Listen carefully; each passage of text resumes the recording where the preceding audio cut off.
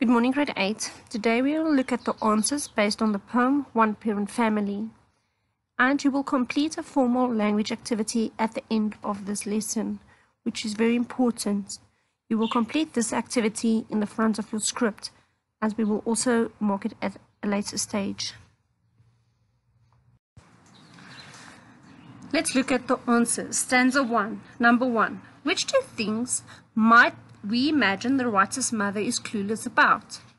The answer: wiring a 3-pin plugs or straightening a bicycle wheel. Number 2. Are we correct in assuming this? Motivate your answer.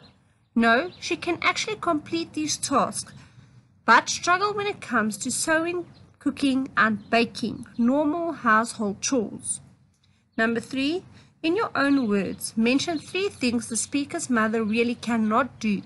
She struggles when it comes to baking, cooking, and sewing. Then stanza 2. Number 4. Quote a line which could be regarded as the key sentence in this stanza, as well as in the poem as a whole. She is not like other mothers. And remember your quotation marks. 5. Describe the appearance of the mother in your own words by referring to line 2 of the stanza. She looks after her physical appearance, although she dresses differently. 6. What does the poet imply about the way other mothers look in an apron? They look natural. 7. How does the poet's mother look in an apron and why? Silly, as she would rather be fixing things outside than cook and bake. Number 8. What piece of clothing suits her mother better than an apron and why? Her dungarees, as she prefers to work in and around the house fixing things. Number 9. In your own words, say which 3 tasks the mother easily performs. She prefers to paint, fix tiles, and to climb up on a ladder. Number 10. What is said about the way the poet's mother climbs a ladder that suggests she has done it before? Quote 2 words. Remember your quotation marks and the 2 words practice ease. Stanza 3. Number 11.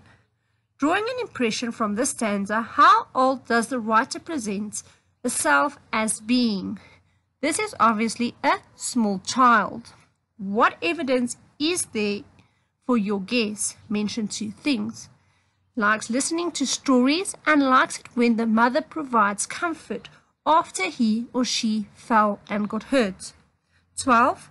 The mother displays good parenting skills in the second half of the stanza.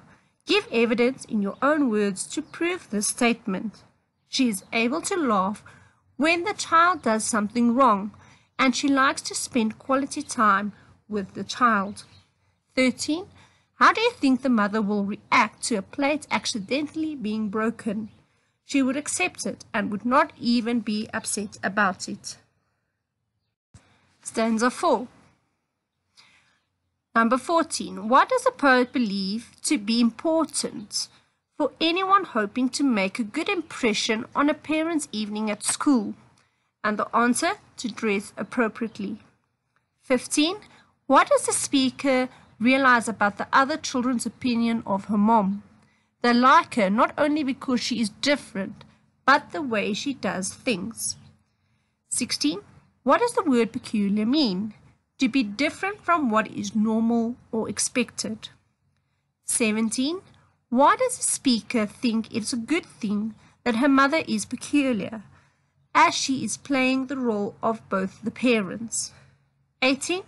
From this poem, how would you describe the kind of person this mother seems to be? Mention at least 3 good thoughts in your own words: caring, loving, and dedicated. 19. Does this poem successfully present a young child's view of her mom as a single parent? Support your viewpoint. The answer is definitely yes, and then you will write your own opinion. Grade 8, you will now practice some of your language by completing this formal language activity found on page 147 in your large purple textbook, activity number 6. Please ensure that you complete this activity. We will be marking it at a later stage. Number 1, they ask you choose the correct word between the brackets in the following sentences. You will copy down the sentence and only write down the correct answer. Number 2, they'll ask you to provide synonyms for the following words. Number 3, they'll ask you to find antonyms for the following words. And 4, they'll ask you to change the following sentences into questions, starting with the words in brackets. Remember your question mark at the end of each sentence, otherwise your answer is incorrect. Number 5, you will copy down the paragraph and fill in the correct form of the word in brackets. And then number 6, you will rewrite the sentence below in reported speech.